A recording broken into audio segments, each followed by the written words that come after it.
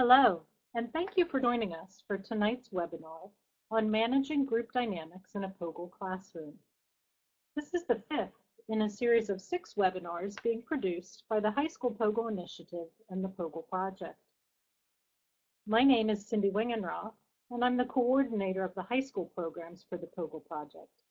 I will be serving in the role of host for the evening, getting us started with some basic information about POGIL and wrapping things up at the close of our program. Our presenter for the evening will be Melissa Hemling, and I'm going to ask Melissa to introduce herself to you now. Hi everybody, I'm Melissa Hemling. I'm pictured here with my 2 boys. They're what keeps me busy on a daily basis. I'm a HSPI curriculum writer, and I've been teaching chemistry and biology for the past 9 years in Wisconsin. I've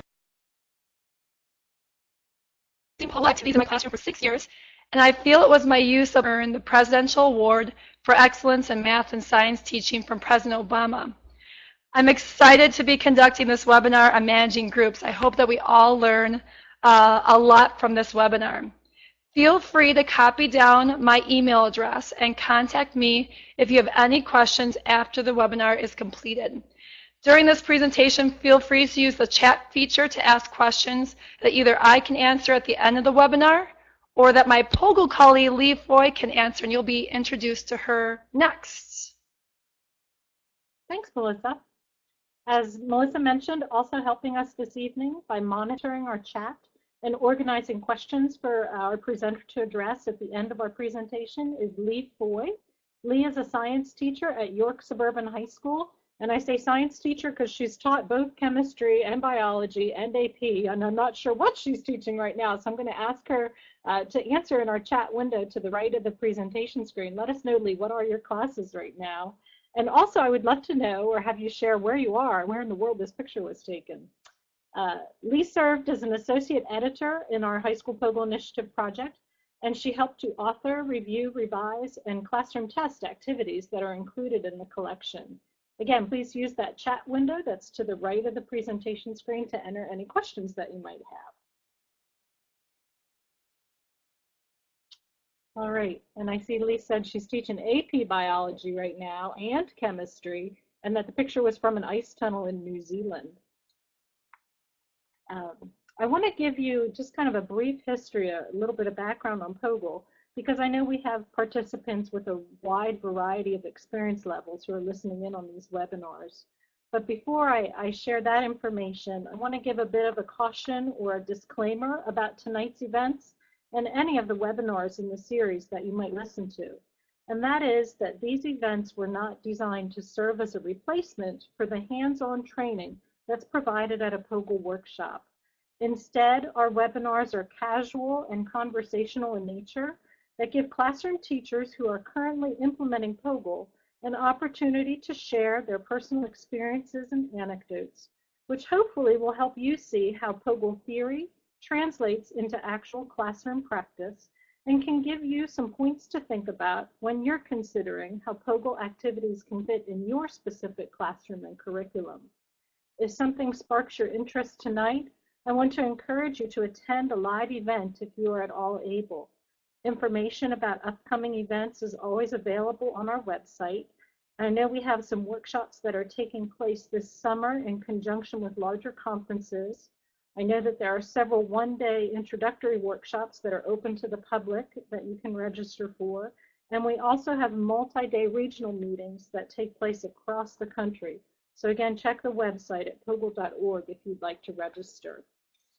So with that said, POGIL, which stands for Process-Oriented Guided Inquiry Learning, began in the mid-1990s when a group of undergraduate chemistry professors became dissatisfied with the traditional lecture format of their classrooms and started looking for alternatives. They really wanted to find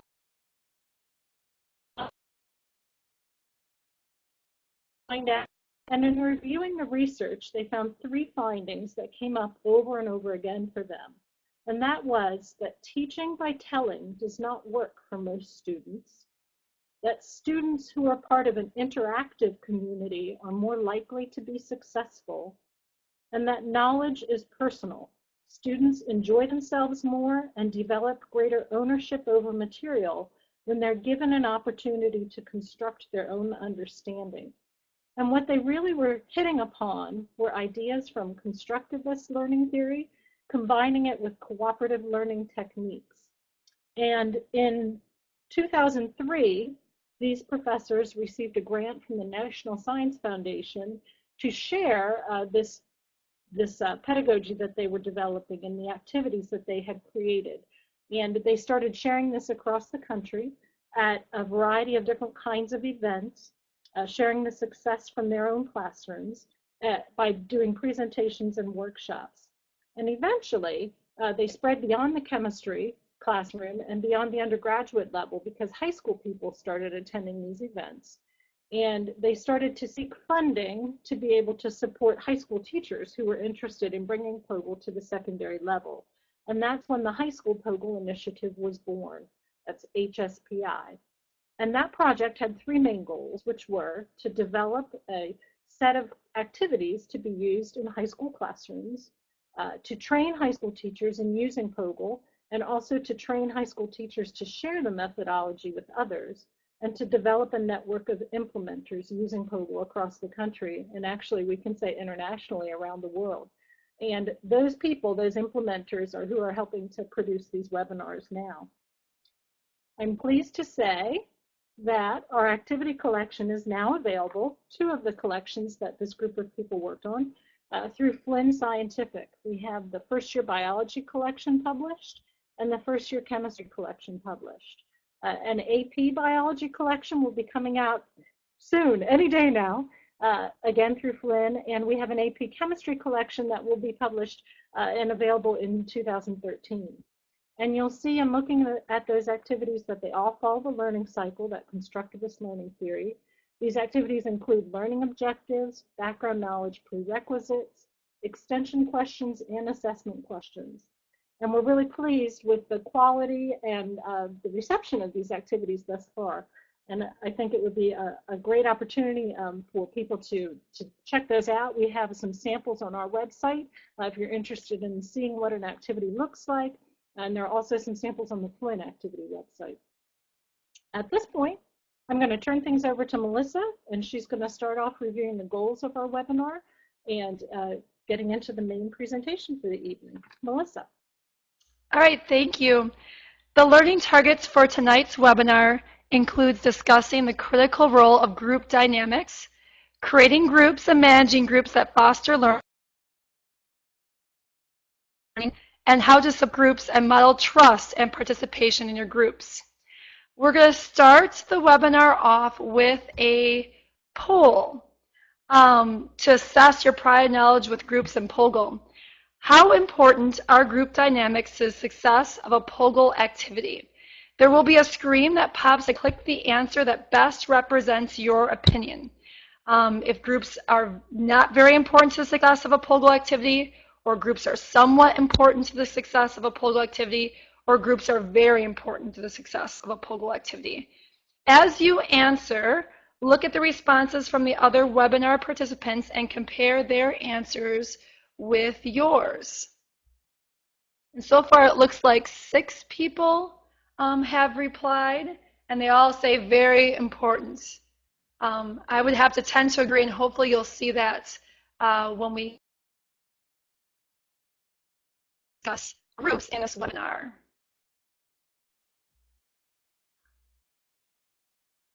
So let's talk about POGIL and groups. The famous psychologist Vygotsky said that learning is a social activity. The socialness of learning is embraced by POGIL's use of cooperative groups in its activities. I made a Wordle of the POGIL implementation guide that's found on the POGIL website. The more times a word is used in the guide, the larger the word is in the Wordle. And you can see here that 3 main words pop up: POGIL, students, and groups. The word groups is used very often because it plays such a critical role in the success of the guided inquiry happening during a POGIL lesson. When I first started using POGIL, I didn't fully understand the importance of groups to POGIL at all. I use groups only because the implementation guide told me to. And, you know, trying out the roles, and when they weren't really working, I just kind of got lazy and grouped them and figured they should know how to work in a group. It wasn't until I experienced a few POGO lessons where like magic happened, where the students were engaged, they were asking thought-provoking questions, and little intervention from me, that I fully grasped the critical role that the groups play in POGO activities. My goal for tonight's webinar is to help you feel that POGO magic in your own classroom by helping you examine the pros and cons of different group selection methods, how to manage group dynamics with roles, and finally model cooperative group skills and redirect a dysfunctional group.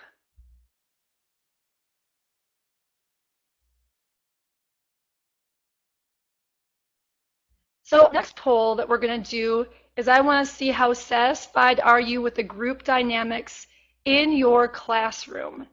Not very satisfied, somewhat satisfied, or very satisfied. So as the screen pops up, think about how the students participate, dependent your groups are, if they're able to meet learning objectives of the activity or not, how much the students enjoy working in the group. Again, take some time to view the other participant responses and reflect on your own response. For me, sometimes it depends on the class and the time of year. Right now, with the end of the school year approaching, I'm not as satisfied as I was like a month ago. So I just have to kind of kick it up a notch, do some more modeling with them. But we'll talk about those kind of components later. All right, good. So the first topic, so you can see on the top blue bar, we'll be talking about groups and roles and modeling behavior. So the first thing, ways that you can create a group. Your goal as a teacher is to create a group that fosters learning. I really wanted to make this webinar simple, so as I reflected on what key items made my students' group successful, it came down to two things. If you remember anything from this webinar, I want you to remember these two words: trust and participation. If you create a classroom environment that promotes trust amongst its members and encourages participation from all students, you will have successful group dynamics. Remember that POGO activities are written so that the students construct their own knowledge. They need to trust their group members to listen, question, and not criticize the ideas that they have, and they need all group members to participate so that the chances of a scientifically accurate idea being constructed is very high. Trust and participation. So just a little disclaimer, you need to find the methods that work best for you and for your students. What I'm going to do today is kind of share what worked for me and what might not work for me, just so you can learn from my experiences, but again, do what works best for you. And anytime that you create your cooperative groups, just keep trust and participation in mind.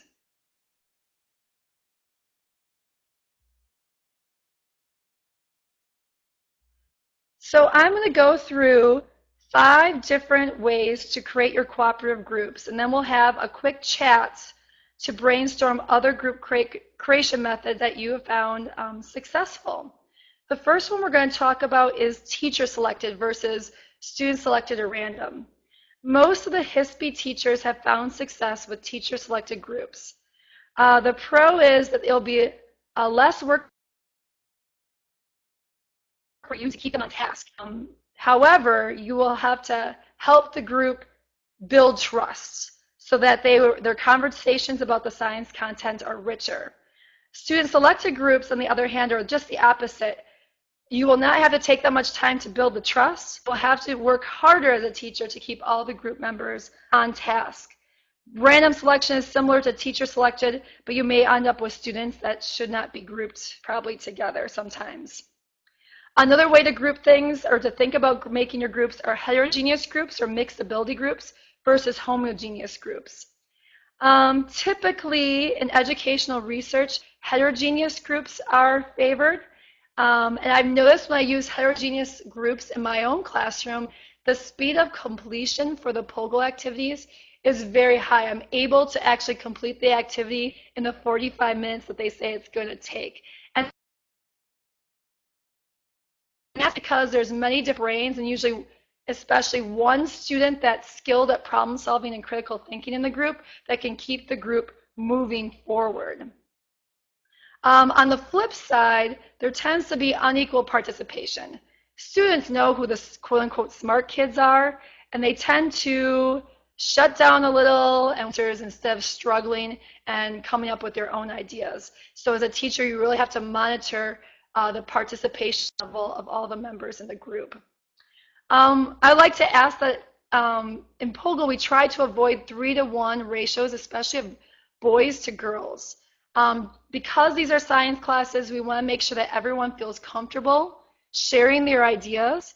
And if it's 3 boys to 1 girl, girls may not feel comfortable sharing their ideas. It might feel embarrassed or shy. So we want to make sure that everyone feels equal, to try to avoid 3-to-1 ratios. One of the big things that I didn't quite realize is keeping the groups the same for a period of time. I used to mix up my groups all the time, realizing that was preventing any of my groups from establishing some trust. Essentially, it was preventing my groups from developing the tools needed to have really rich conversations. Now I kind of take it to the extreme. I use what's called home-based groups. With these home-based groups, they keep that same group all year long, like the entire course. These are groups I usually start with at the beginning of the year. Once I find a good grouping pattern that works with the class, I keep them. I call them the home-based group. And even though with different POGIL activities, I might change it up and they might be in different groups here and there, I have them come back to their home-based maybe once a week, once every other week, to discuss how the class is going for them, reflect on their progress and understanding, because they really have that trust, and I want to make sure I have a group that's built the trust all year long. And even at the end of the year, like right now, I revisit those home-based groups, maybe even do a POGIL activity in their home-based groups, and it really. And the final 2 things I just wanted to discuss is the sizes of the groups. I have learned that smaller groups, like 2 to 3 students per group, works best for classes that struggle with classroom management issues.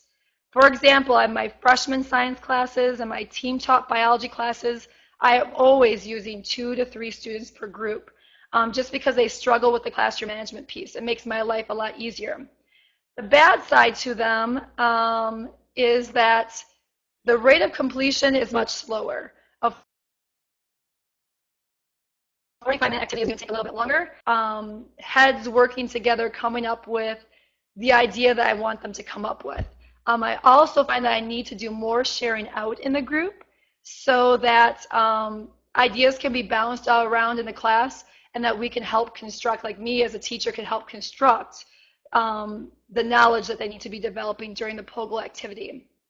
However, I use groups, larger groups, like 3 to 4 students per group, with my more advanced classes, like my honors chemistry class, or AP chemistry, or my upperclassmen, the ones that show a little bit more independence, have good self-management skills.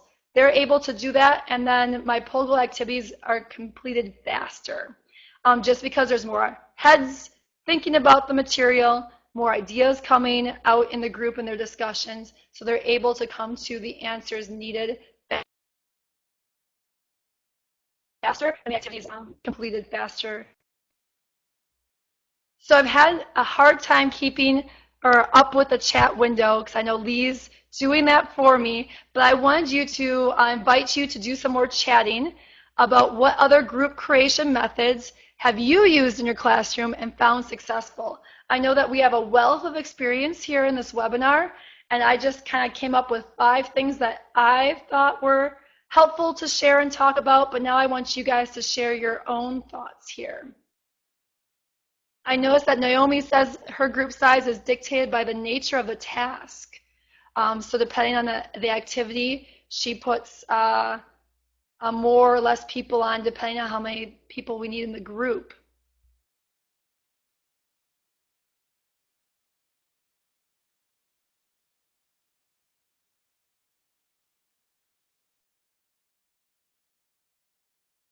Feel free to throw out any ideas that you remember using. We can continue that chat rolling as I continue on. So now that we discussed creating groups, we're going to move on to the role. Just like with come down to thinking about managing groups in terms of trust and participation. So assigning each member in the group a role is key to managing groups. Early on in my adventures with POGL, I thought the roles were a waste of time. I tried them, the kids didn't really buy into them, I did a poor job leading them for my students, and I didn't see the importance to them, so I just skipped that part of POGL and just assign the groups and let the group members decide whatever. I quickly learned that the problems I had with my group dynamics could quickly be solved with roles. The reason why roles works is that it ensures active participation among all members. It gives permission for group members to police each other, to keep their group in line, and each role has a built-in trust creation feature to their job. Students need to feel comfortable and safe in order to learn. The implementation guide online at the POGL website does an excellent job explaining each role. They have role cards, which we'll mention later. They have videos of the different roles. So I would really suggest taking some time after the webinar and exploring the website and looking at that implementation guide and roles that they have in there. Many POGL teachers come up with their own unique roles that best fit the class and activity. So feel free to be creative. Few ones I've used in the past. And the first one we're going to just kind of talk about is the facilitator or the manager. That person's in charge of keeping the group on task so that they finish the activity on time. What's really great for the teacher is that when you're helping a different group, the managers are constantly policing their own group and redirecting small talk. That means less work for you. Without this role, students who tell the other group members to refocus might be looked at as mean or bossy, but with this facilitator role, now that same student is not bossy, they're just doing what they were told to do. So each role ensures that every person must understand the content from the activity to do their role. Like the recorder is in charge of, like everyone's going to write down stuff in their packets for the POGL activity, but the recorder is in charge of making sure that everything's in complete sentences, that all the ideas, so they really have to fully understand the discussions and what was going on to do that role. The technician is the type of person that might go out, especially for like a lab-based POGL activity, go out and grab the supplies. So they have to know what's going on in the lab or the activity to make sure that they're grabbing the right supplies at the right time. Spokesperson is a person that's the only person in the group allowed to talk to or ask questions of the teacher. This helps minimize the number of questions the teacher gets.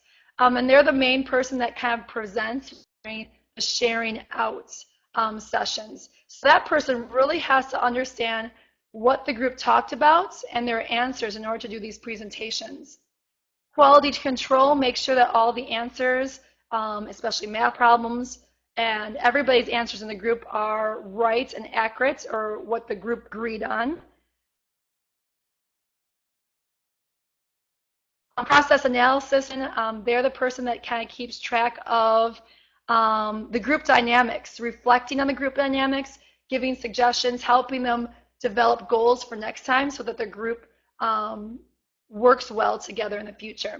The reader is in charge of reading out loud the activity to everybody, so behind. So they kind of have to make sure that they know what the discussions are about, that everybody's responding in the discussion so that they get the clues or the information that everyone's understanding so they can move on. The one role that I want to kind of talk about some more is the encourager. That's the one role I never gave a chance to until this school year, actually. Whenever I read about this role, I thought, how lame. This is the lamest role ever. It's the easiest cop-out role. I didn't want to assign it because I thought that I would just give one student in the group a way to just kind of sit back and not do much of anything.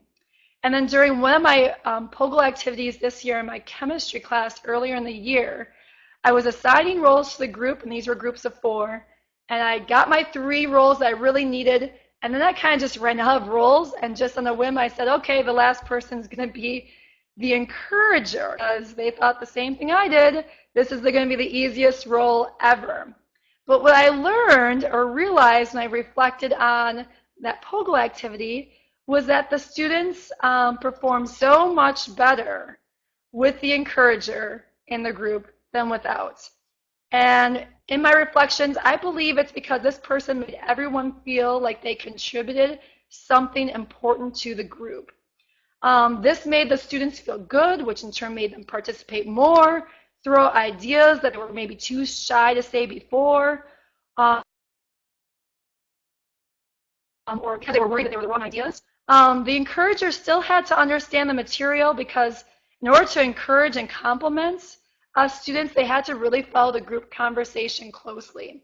And of course, they're also completing the answers just like everybody else is.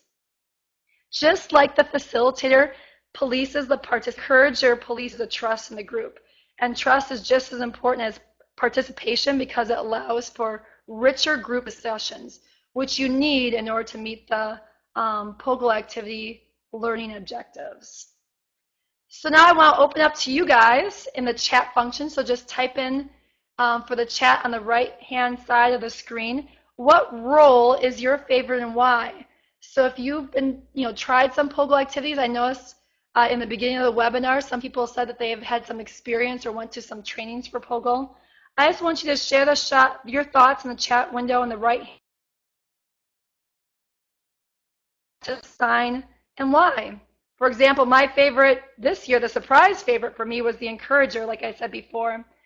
But I also like assigning the spokesperson role to the student that may be really struggling in the class, because their group really rallies around them and tutors them and gets them prepared for those mini presentations or those share-out sessions. So I feel like those students are really helped. And when they present the idea, anytime students present ideas in front of the class, they tend to really remember it, probably because of the fear of screwing up, so they really want to understand it, so there's a motivator there. But that's another role that I liked.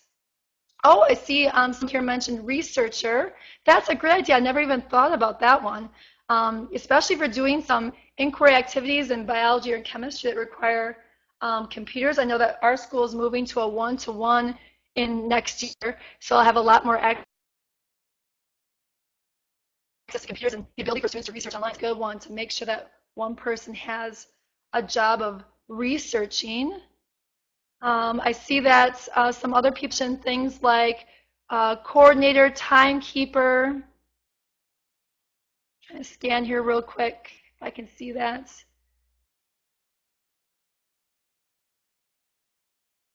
Spokesperson, yep, spokesperson would be very good as well. Again, it's my favorite because I feel like a lot of tutoring happens to get that spokesperson ready. I see that Mike says that facilitator role is one of his main functions, to make sure everyone is understanding.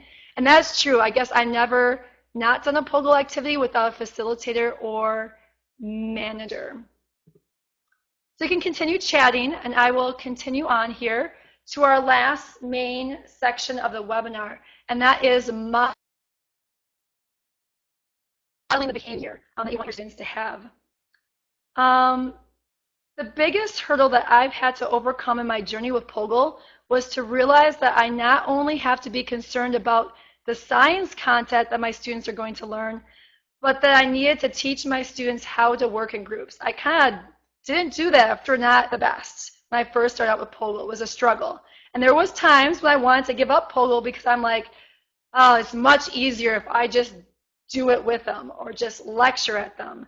But I stuck with it, and when I came around and realized it was my group dynamics that were really holding me back, and then when I realized that modeling the behavior will really help them out, it made using POGIL in my classroom a lot easier. When you actively support your students in groups, just remember these two features. You need to support them in trust and also in building participation. So both those things are going to be important. Building trust. And within the last maybe 3 years, did I really realize how important trust is. And I hope in this webinar that you walk away with agreeing with me that the trust is an important feature. So the first thing is building rapport. The environment starts with a teacher. From the first minute the class walks through the door to the end of the school year. So build that rapport, greet them at the door, share your interests, have private conversations with them in between classes, maybe during a break time, to make sure that you know each one of your students more on a personal level. That rapport is going to be very positive, because if they trust you as a teacher, they'll trust you and your decisions in the classroom. The next one is group bonding activities. I feel like this is a must when a new group is formed. They do not need to take a long time, but they make scientific discussions that take place later on in the groups. Have groups find similarities that they can bond over. Normally, the very first group that they're in, when I'm teaching them about POGIL, they have to find at least one similarity, one thing that they all like or they all do in a group that they share out to the class.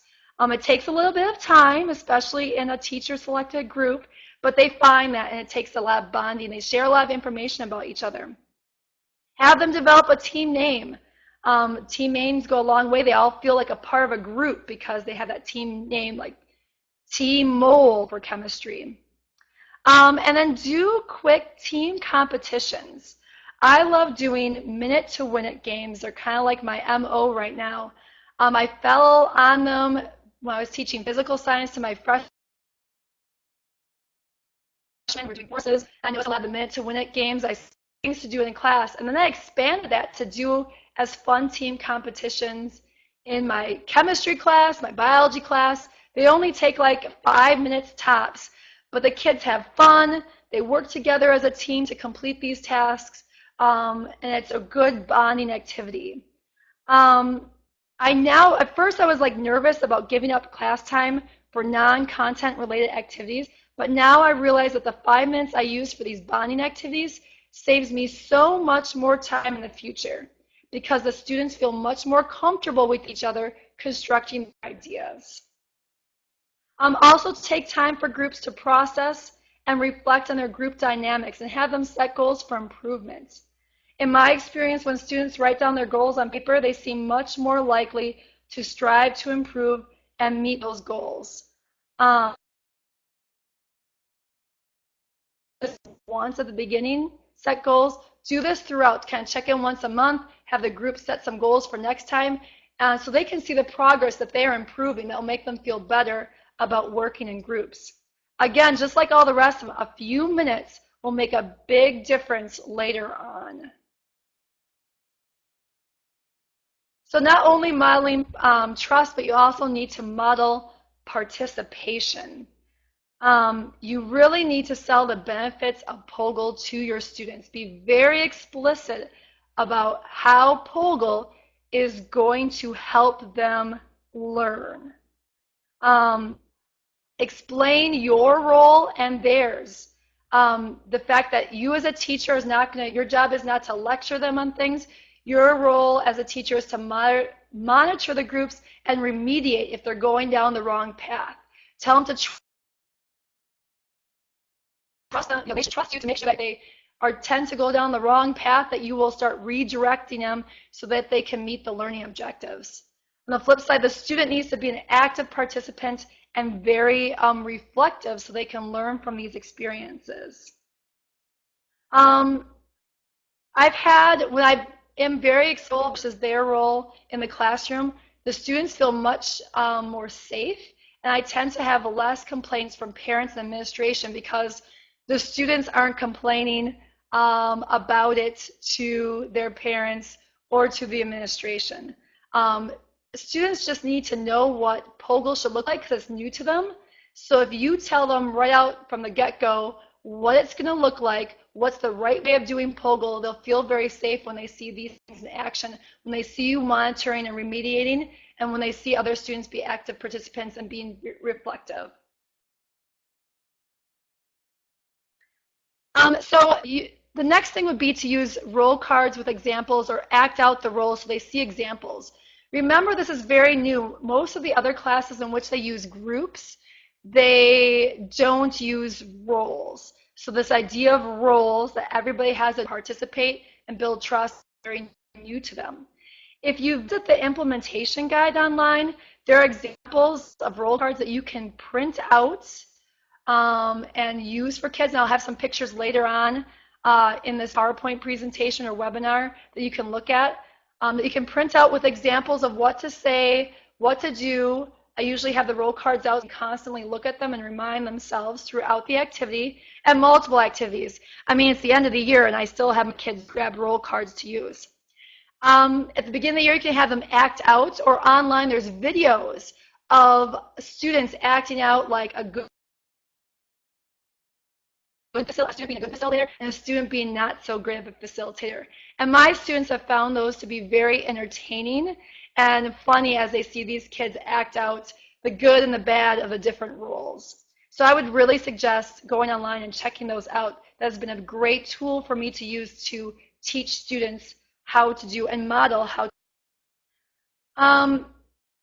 The next thing is immediate remediation. So if you have a dysfunctional group, let me back up a little bit here. If you're using the roles and if you create groups with participation and trust in mind, if you model the behavior for trust and participation, a lot of the problems that I had with dysfunctional groups early on with POGIL has definitely decreased greatly over time. So the goal is to try to prevent dysfunctional groups as you get into POGIL. Every once in a while, you will have a dysfunctional group. So I would suggest that you immediately step in and have the group talk about it with you, discuss, reflect what's happening, and set goals for the next time. And then when the next is around, if nothing changes, then you're going to have to probably just and create new groups for that. So keep that in mind. It happens.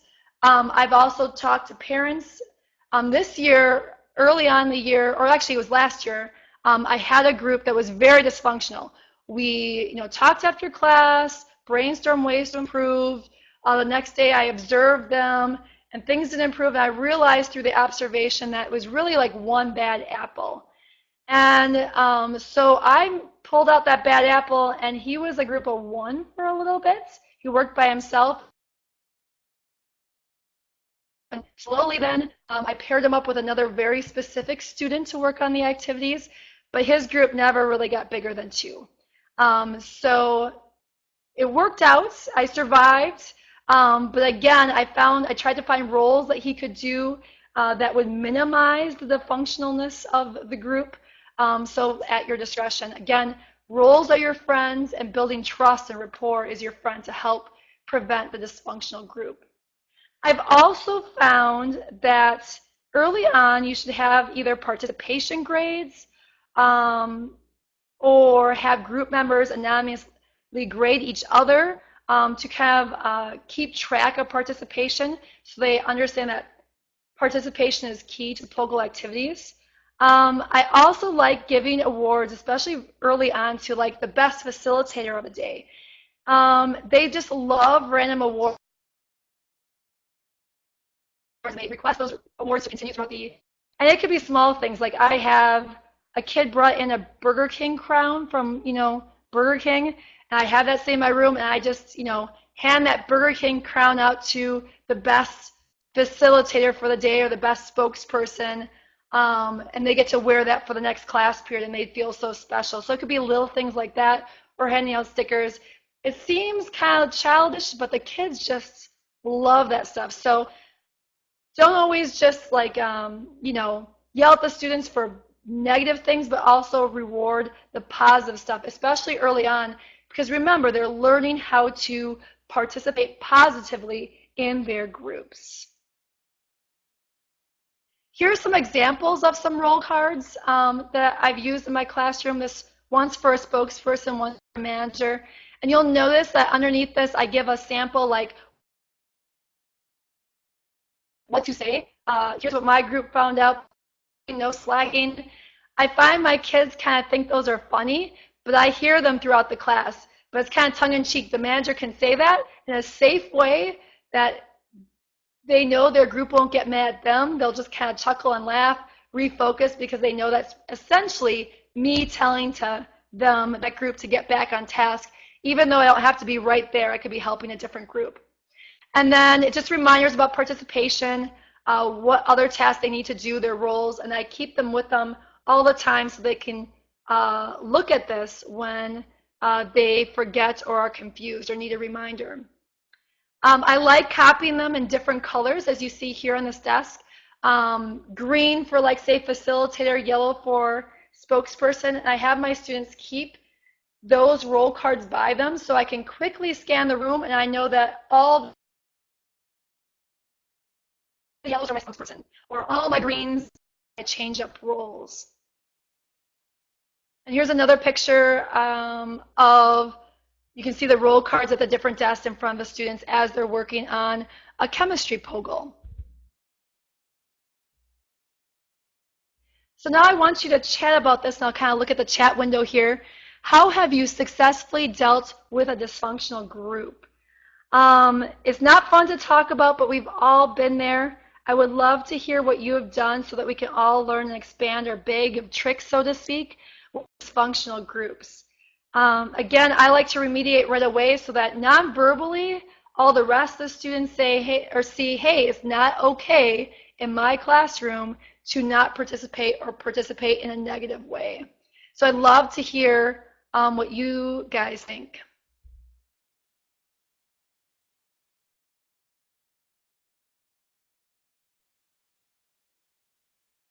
Oh, videotaping. So try videotaping good group interaction in my room and then show the kids and let them comment. Yes, I haven't done that specifically with POGL, Lee, but I've done it with lab safety, where their first lab I go around videotape just generically, and then they kind of catch themselves not wearing goggles or something like that. And that was powerful for that because they don't like listening to me nag about goggles. Same thing with this. I'm sure I might nag some students with different roles. If they can just see themselves in the activity, in the different roles, we can definitely analyze those. That's a great idea. Mike says that he changed teams after each unit. And at the end of each unit, each team member will assess the team's functioning ability and what they could do to improve when they move on to the next group. And that is good. Give good personal feedback that they can use for next time. I really feel that setting goals and then reflecting throughout the year really helps them improve. Otherwise, they kind of just stay at, like they kind of just plateau and stay at a certain spot and don't improve. So that's a great idea, Mike.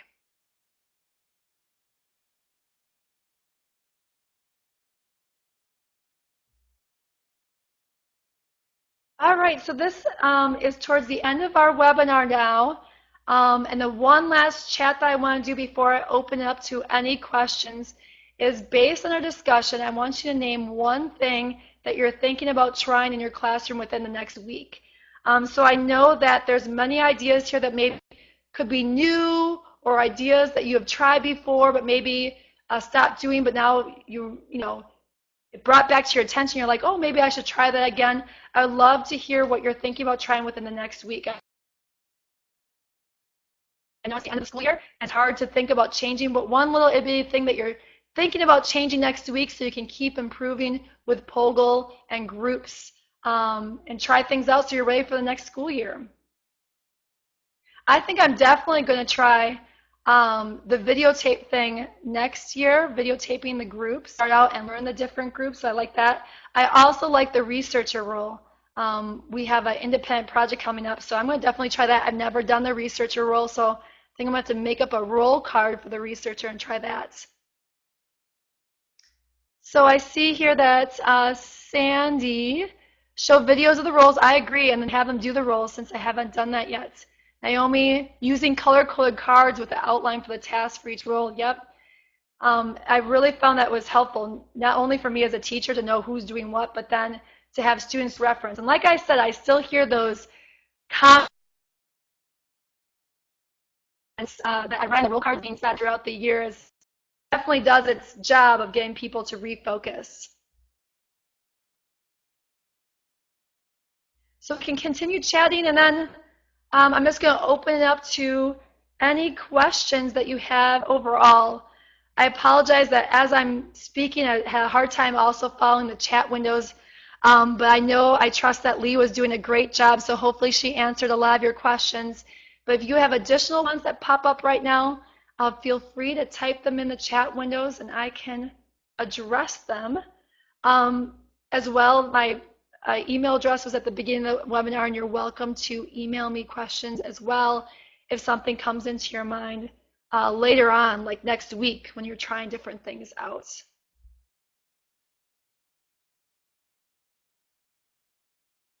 I hear Amber, I see Amber, I'm going to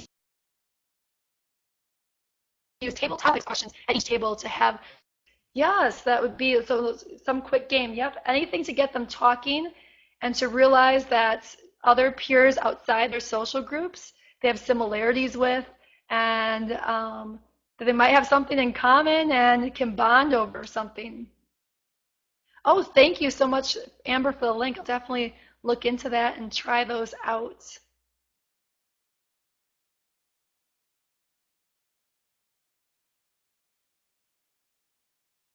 Any questions at all about POGIL or anything else?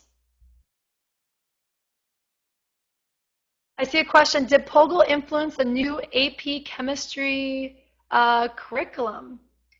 I don't know if I would be best to answer this. I don't know if Cindy's still on the line or if Lee can. I don't know. I know that they were trying to move more towards inquiry, and POGIL does a lot of nice guided inquiry things that can be. Oh, you're still here? Do you feel comfortable answering the question? Exactly what you were saying, Melissa, is what I would have answered as well. That inquiry is, I know, a focus of the new AP curriculum, and that POGIL is one kind of inquiry that a lot of people have used and found success with. So I guess in that way you could say that POGIL has an influence, the idea that they're looking for more inquiry in the curriculum. Yeah, and I have used a lot of open-ended inquiry. I almost went to an extreme early on in my teaching to extreme open-ended inquiry, and now I've kind of toned that down a little bit and found that the guided inquiry has really helped me meet the content standards that I need to meet, and allowed me to do inquiry in a more structured way, so I know that all my students are meeting very similar objectives. With the open-ended inquiry, which I still value and still do occasionally in my class, I feel like it's harder for me. Kids are still learning stuff, but it's harder for me to gauge exactly what objectives they're going to hit in an open-ended inquiry. And then another question, how do you facilitate a discuss at very different rates? Yes, so I try to look at my slowest group, and when they hit a certain spot, I try to keep them moving, help them out to get them moving a little bit faster. And then when they hit that key question or a stop sign, then I have them share out, while at the other groups, if they feel comfortable, move forward, or I have some other practice work that they can be working on during that time. It is difficult if groups are not moving at kind of the same pace. So I use those share out times to kind of catch some groups up, have the groups that are farther ahead and kind of share. So that's why it's really nice to have those larger groups if you're able, so all kind of stay at the same pacing. And I think I'm answering questions slower than they're popping up.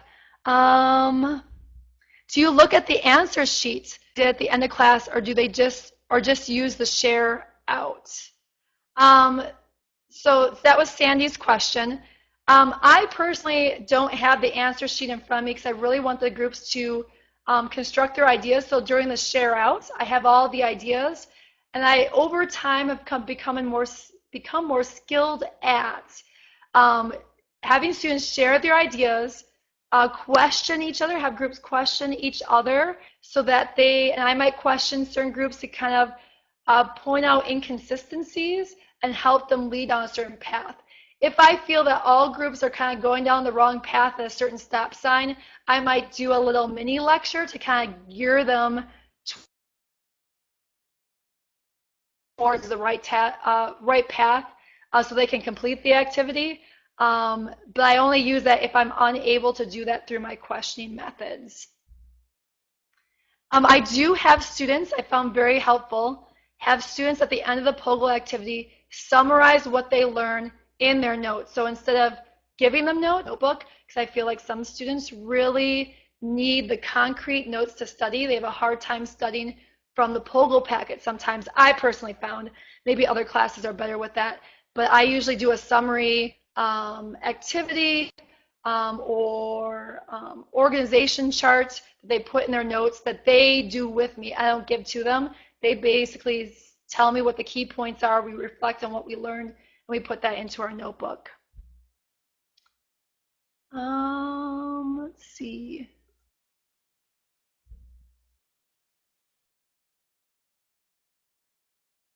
Yes, and then I see that Lee mentioned our next webinar is going to be about reporting out, so that'll be some great things for the next person.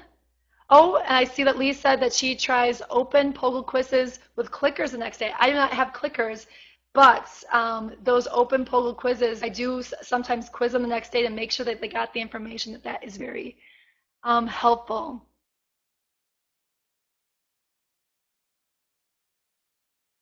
Let's see if I'm missing any other questions. I noticed that Mike said that his group submit one answer sheet per group. I sometimes do that as well, and sometimes because I want to make sure that everyone's written it down, I have them put the recorders on top, and I put everybody else underneath. They just paper clip it together and give it to me. I grade the top one with a fine-tooth comb, and then the other ones I just kind of look through for completion and then hand it back to the students, just to make sure everybody's doing their part. If I, it can start helping one group more than another.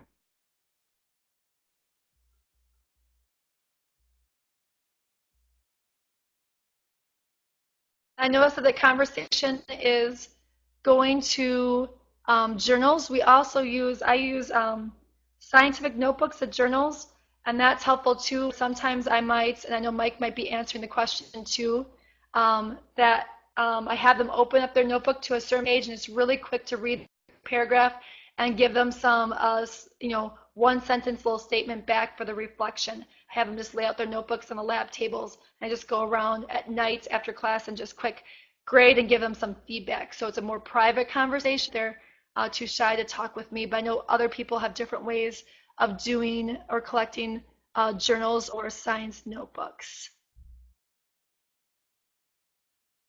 Oh, I see that Lee rolls the dice and has one person. That's very good to make sure that everyone's doing their part and have it really well done. So that's a good idea. Are there any other questions that I missed? Maybe when I was scanning the chat that I might have missed. Please feel free to retype the question if I didn't answer it very well, or if you have new questions or different questions. I do feel that my POGIL activities, I do grade mostly on completion. I'm looking for a couple of key answers, but in the discussions and the sharing out and in the group, when they leave the activity or done with the activity, I'm pretty confident that all my students have gotten the information. And if I have some red flags of students that I think are really struggling and don't understand, I pull them off to the side, or I talk to them outside of class, or get them in so I can catch them up to the rest of the students. I feel that a POGIL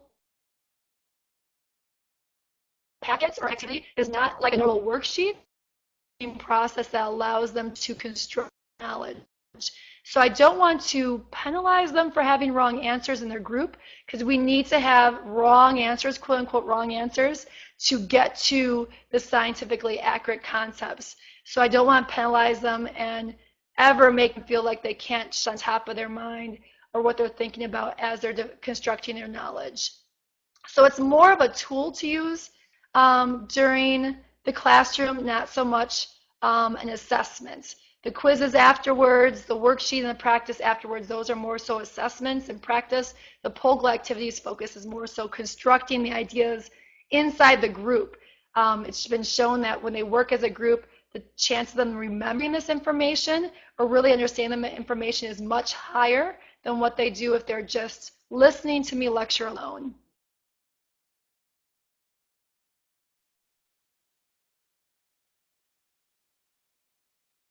So I see that Jennifer asked the question, when students are with the same group for a while, do you leave them in the same roles or rotate roles? That's a great question. I completely forgot to address that. I do rotate roles because I want to make sure that the manager isn't always the same person and the spokesperson isn't always the same person. So we keep the same group for a while for trust purposes, but then the roles rotate around. And depending on the situation, I have in the past have students that were blind. So when we modify the roles slightly for them, like for spokesperson, they can talk about it, but then somebody else writes the information on, say, the whiteboard that they're going to hold up during the presentation. So you might want to pick and choose roles depending on the abilities of your students, but I tend to move the roles around so everybody gets a chance to do different roles. And then continuing your question, spokesperson and a manager, the same kids stick with those roles as long as that group is together. Again, I shake it up. At first, my first POGL activity is usually just random. I'd go by like, who's the oldest, who's the youngest, so they get to know each other a little bit more. I might then start assigning the roles and then rotating the roles around. But now that my classes are rolling and students are comfortable with each other, I kind of do fun things to have them assign roles. I might roll the dice to see who does what. I might say the person who is the tallest is going to be the manager, and they get to decide the other roles. Or, tallest to shortest, you decide the different roles. Or I might say who has, I don't know, who has the loudest clap, and that would be the encourager. Who in your group thinks that they're the, one thing or another. Who has went snowboarding the last week or something like that. If it's winter in Wisconsin, all my kids are snowboarding. So I use those things to decide the groups for a fun way.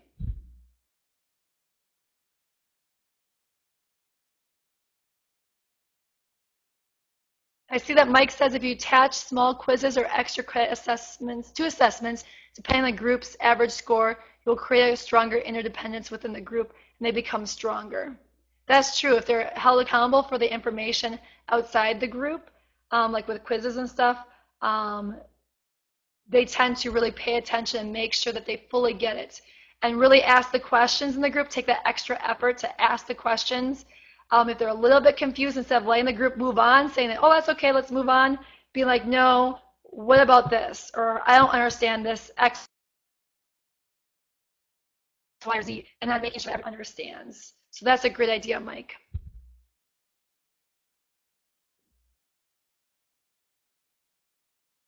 Oh, I see that Naomi mentioned, are there high school physics POGLs that have been published? And that I have not seen that. However, searching on political science, there are some out there. Off the top of my head, I can't remember the school, but there were a bunch of POGL activities that I found online for like forces in motion that I was able to use in my freshman science classes when we talked about physics concepts. Oh, I can't remember off the top of my head, but if I do, you can send me an email, and if I get to my school computer, I can try to look up my search. I'm not teaching that class this year. Look up my searches or my bookmarks, and I can try to find what school had like a good list of POGL activities. I just found it from searching online through Google, so I'm sure you could do the same, but they are out there, at least for the beginning levels of physics. So this is Cindy. I'm going to jump in here and say thanks to Melissa for running our webinar tonight and sharing all this information. It's been great. I will caution as far as physics POGL activities that the POGL project does not have any endorsed physics activities for high school classrooms at this point in time. So anything that you find when you're just Googling POGL, could or could not be a well-written activity, that we don't have anything officially published, that those would just be all things that other teachers have created and are willing to share. So I kind of want to give a disclaimer on that. Yes, thank you, Cindy. Thank you, Cindy. Yes, I meant POGL not because of with the official POGL group, but they labeled it like a POGL. Right, right. And there are lots of things if you Google POGL. that you can find out there. But the official collections that we have reviewed and tested and that are produced through the project are the 2 collections right now that are available through Flynn Scientific. We do have a lot of other fabulous resources available that Melissa has been referring to throughout the evening. If you go on the POGIL website under the Resources tab, you'll find links to implementation materials, which include the implementation guide that we've been talking about, where all these different forms for roll cards and things to use to assess people's work in their roles, to keep track of your groups and what they're doing in roles, the videos, all those things are linked through the implementation materials available under the Resources tab on our website. You'll also find links to our publishers. Those are undergraduate texts in a variety of different disciplines, as well as the high school activities published by Flynn that we've been talking about tonight, and a lot of selected references about the research that has been done at the undergraduate level on POGIL. If you need some documentation of why this is a good method to use, that's all available for you there. I want to advertise, and Lee did a little bit, that we have one more webinar in our series that's coming up next month, June 21st. It's going to be on reporting out and helping students make connections.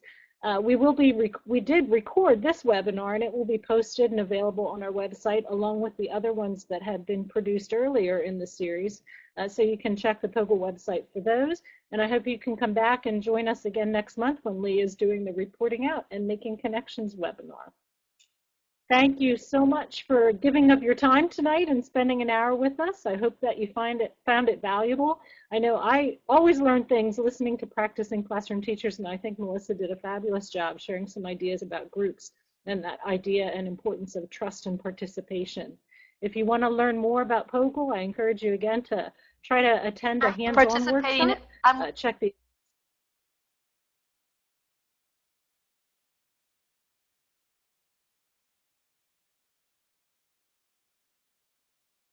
You're welcome, Melissa. We're glad you're here.